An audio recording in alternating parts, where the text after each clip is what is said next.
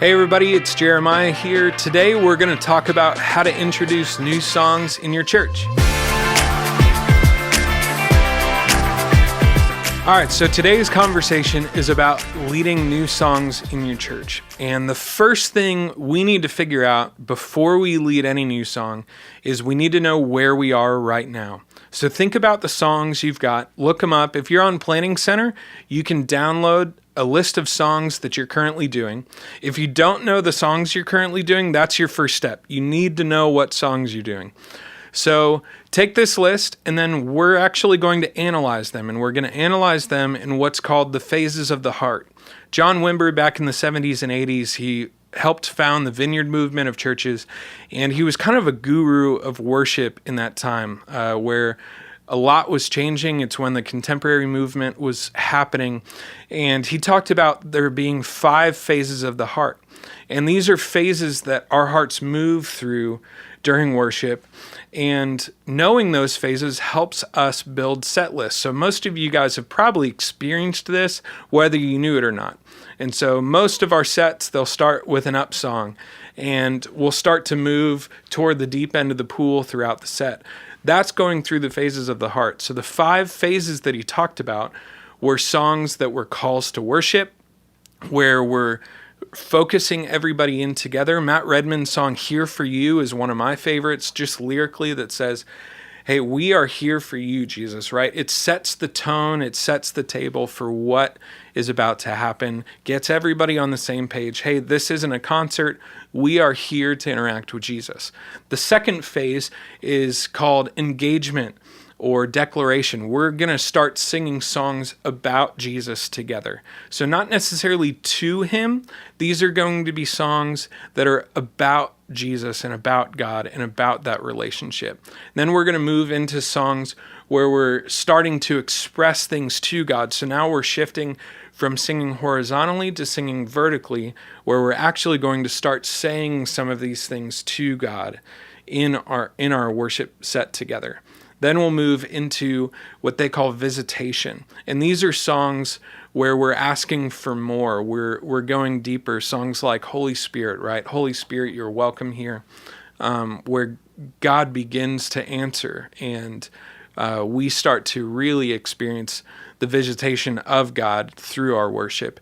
And then the final stage is offering something of substance. It's the songs of surrender. And so when you look at those 5 categories, put your songs in those categories, whether it's on a sheet of paper or a notebook, or maybe you have an Excel spreadsheet if you're nerdy like me, and throw it all in there, and you'll see where your gaps are. So before picking a new song, look at where you are and see where a new song needs to go. So many of us just go with what song we like right now, and that can work. But this is just about doing it with more intent than just, hey, I heard this song and I like it, so we're going to lead it, right?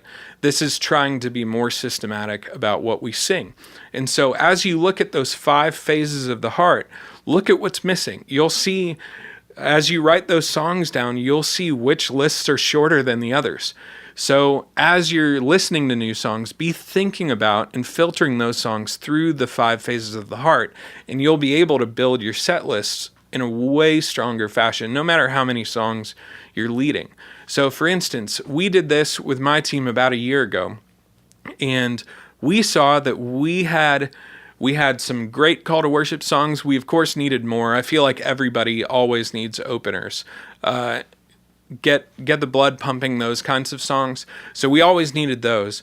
We were great with kind of the middle 3 phases, and we didn't have almost anything where we were singing something and offering something of ourselves. We had lots of songs asking God for more, lots of songs singing about him, singing to him. We didn't have anything that was, God, I'm the offering. And so we introduced New Wine from Hillsong. And that song kind of started to break the door open a bit for our church, because we were finally singing something that was, make me whatever you want me to be. God, I'm yours. We've already sang that we're here to experience you. We have experienced you. Now we're going to give something back. we are giving you the permission. And so that was a big moment of breakthrough just for our church, was we were finally singing this thing that we hadn't been singing that we needed to. And we kind of discovered that through this practice of putting your songs in the phases. You'll begin to see what you need. So knowing where you are lets you know where you need to go. And so then the next thing is think about where you want to go. Think about your church's culture. What's important, what's coming up in sermon series, what's coming up in the life of your church. Are there big outreach focuses and you need songs that are about God, send me, I'll do whatever you need? Do you need to write a song to fill those spots? This is how you figure that out, is by figuring out where you are and looking to where you need to go. So then what if you have a song and you love it? You love the song already. You're trying to figure out, hey, is this going to work for my church? I think it'll fit in the phases. It fills a void. It seems to fit with where our church is going. What do I do now? The things that I consider when introducing a new song next, this is kind of where it all sits, is one, the music has to be great. I love listening to good music. You're going to lead these songs time and time again. When I introduce a new song, I lead it 4 weeks straight. So the music has to be good. It has to be catchy. The drums have to be fun to play. I don't want my drummers to be bored, right? I don't want my bass players to be unexcited. I want everybody to be able to everybody in my band to be able to grab onto something in their part and be like, man, that's cool. So the music's got to be good. Second is the lyric. And so the lyric not only has to be good, but it has to be uniquely better than something that we're singing. So again, think about songs you're singing right now. What things about God do they say? What things do they not say? Are there gaps in our theology that we're not singing yet? Songs are one of the greatest ways for theology to get caught, because we sing them, we remember them. We might not remember anything the pastor said, but we'll leave humming this song. We'll listen to it on the radio, on Spotify. We'll go with it. But it needs to say something, to me, it needs to say something uniquely better. So let's say I've got one song that says the same thing as a new song that I'm thinking of. I almost put those songs head to head and go, does the old song beat the new song? Because I personally don't like just leading a new song for the sake of leading a new song.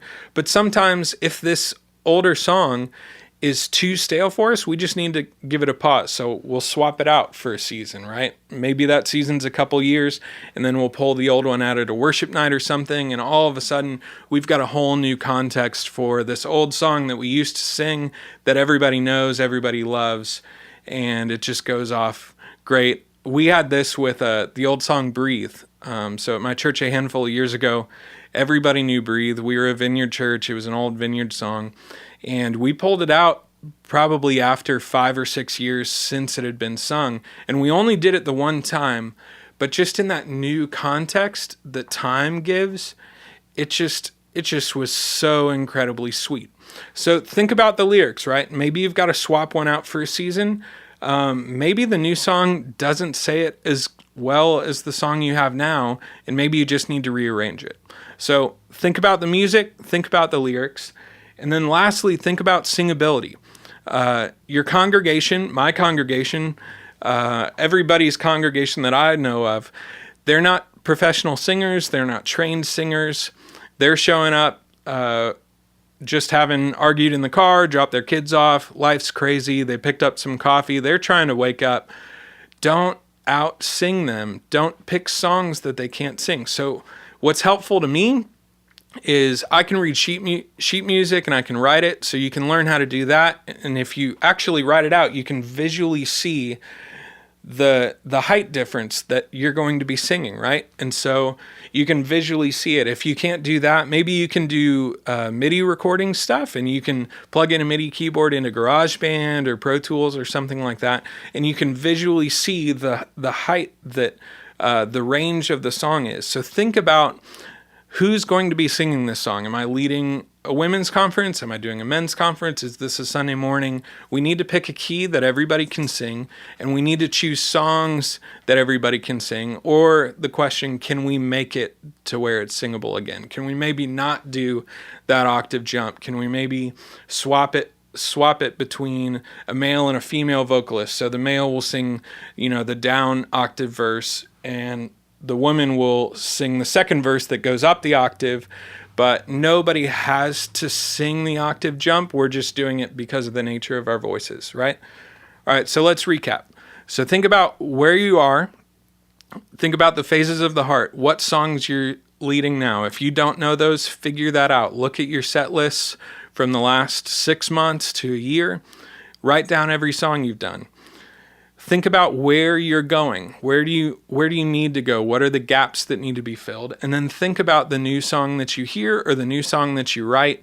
Filter it through, does the music compel me? Does the lyric compel me?